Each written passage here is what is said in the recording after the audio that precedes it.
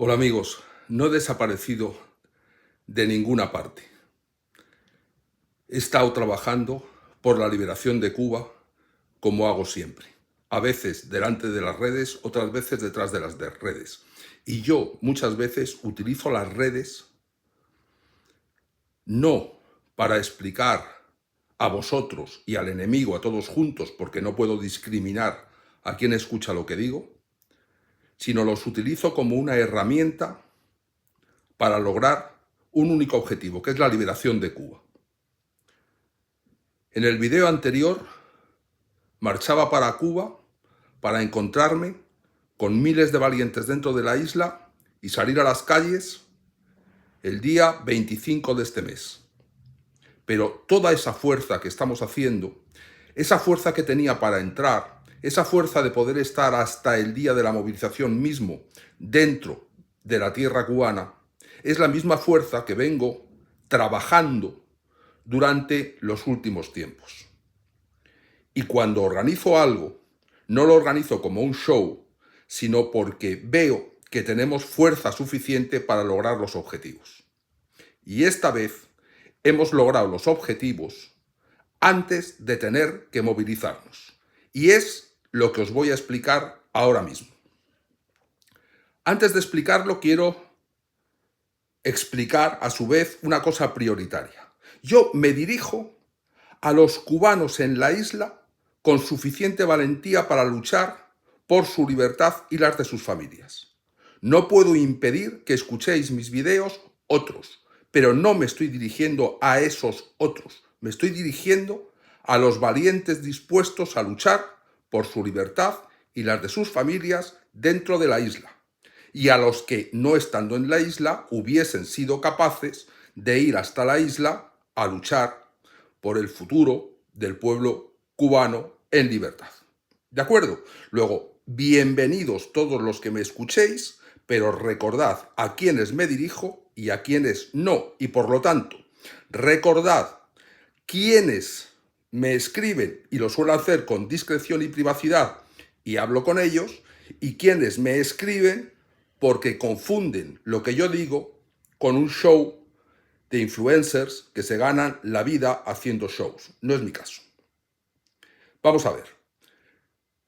El 25 de noviembre, a la 1 de la tarde, estábamos convocados todos en los diferentes exteriores de los estadios de pelota de toda la isla. Y a mí me gustaría que ese día, el 25 de noviembre, a la 1 de la tarde, estéis con vuestros celulares en los exteriores de los campos de pelota de toda la isla, pero no para movilizarnos, sino para que todos juntos escuchéis el comunicado que voy a hacer desde la Embajada de Cuba en España. Es decir, al final voy a entrar en territorio cubano, pero sin moverme de España.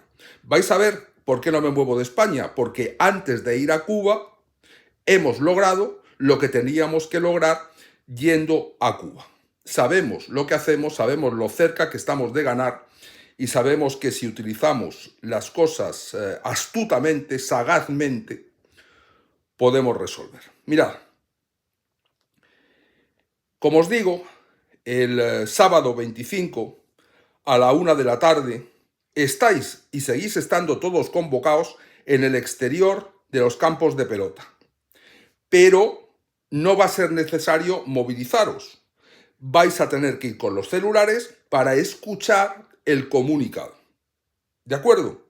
No va a haber ningún tipo de detenciones, ni de arrestos, ni de nada, porque simplemente os vais a reunir para escuchar con vuestros celulares eso que se va a decir. Yo voy a dirigirme a vosotros desde, como os digo, la Embajada de Cuba en España, es decir, dentro de la Embajada de Cuba. Y va a estar conmigo en ese comunicado y van a hablar brevemente para que veáis que estoy con ellos, y también los vais a ver en el video porque voy a hacer un barrido con el video para que les veáis y para que veáis que efectivamente estamos dentro de la embajada. Va a hablar el embajador de Cuba en España y va a hablar mencionando el permiso que tiene para decir lo que va a decir de parte tanto del gobierno cubano como del Consejo de Estado, como de la Asamblea Nacional del Poder Popular, como del Comité Central y el Buró Político del Partido Comunista de Cuba. Es decir, va a hablar con el permiso de todos los núcleos de poder cubanos. Aparte del embajador de Cuba, va a estar la embajadora de Estados Unidos, que va a hablar en nombre de la administración actual Biden, pero que también va a permitir que se lea un comunicado de los candidatos republicanos, incluido Trump, porque sabemos que el año que viene habrá elecciones en Estados Unidos y puede haber alternancia de poder. Y lo que estamos hablando con el gobierno cubano, lo que está admitiendo el gobierno cubano, tiene que tener validez incluso con la alternancia de poder en Estados Unidos. También va a estar el embajador de Argentina, y sabéis que ayer domingo, hubo elecciones en Argentina donde cambia el gobierno. Ahora llega a la presidencia Javier Milei, que es, digamos, contrario a lo que representa el embajador actual, porque el embajador actual representa a un gobierno kirchnerista, cambia el gobierno hacia un gobierno que llaman ultraliberal, pero es lo mismo que ocurre con Estados Unidos. La decisión que se toma es y contempla cualquier opción de transición política. En Argentina la transición política se va a efectuar de facto el día 10 de diciembre, que es cuando el actual presidente traspasará el poder. Pero traspase lo que traspase, el acuerdo sigue siendo válido. Estados Unidos siempre ha estado, desde los tiempos de Trump, apoyando la política que nosotros les hemos explicado que queremos seguir con Cuba. Y Argentina es un país en el que yo personalmente me involucré en el cambio anterior político cuando se derribó por primera vez al kirchnerismo, que fue en la época, hace muchos años, de Javier Milei, y entonces estaba yo en ese equipo, y desde entonces pues tengo un gran respeto, y ellos han querido colaborar en este momento en los pasos que yo necesito, convirtiéndose en supervisores internacionales del procedimiento que ahora os explicaré.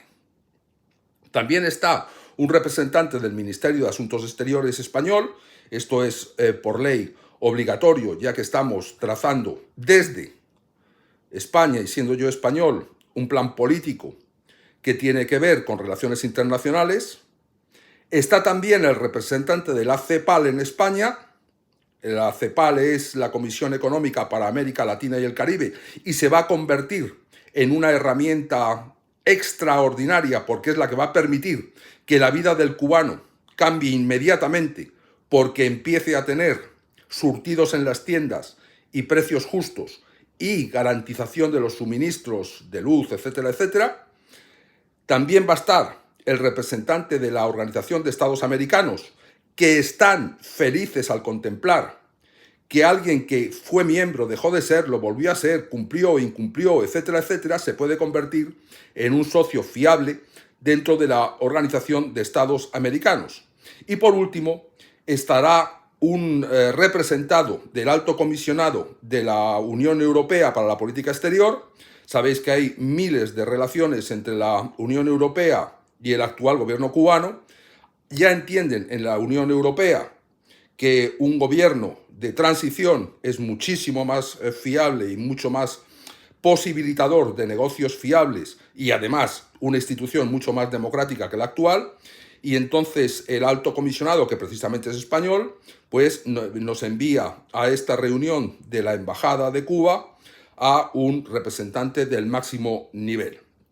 Quiere decirse que ahí vamos a tener, por los permisos que hay de los que estemos, de parte de las organizaciones que deben al final dar el visto bueno a lo que se va a negociar, estamos dando un paso histórico importantísimo en los cambios en Cuba, en los cambios sin trampas, en los cambios reales.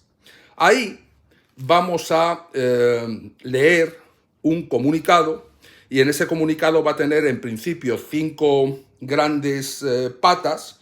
Yo tengo el borrador porque me han permitido que, al ser, digamos, el impulsor de todo este proyecto, el que ha estado picando puertas durante muchos años, el que ha estado mareando y mareando y mareando con una idea que tenía en la cabeza, que pasaba por muchísimas cosas, y os voy a decir una de ellas. Yo siempre he repetido en todos los sitios, mientras haya grants, no habrá libertad en Cuba.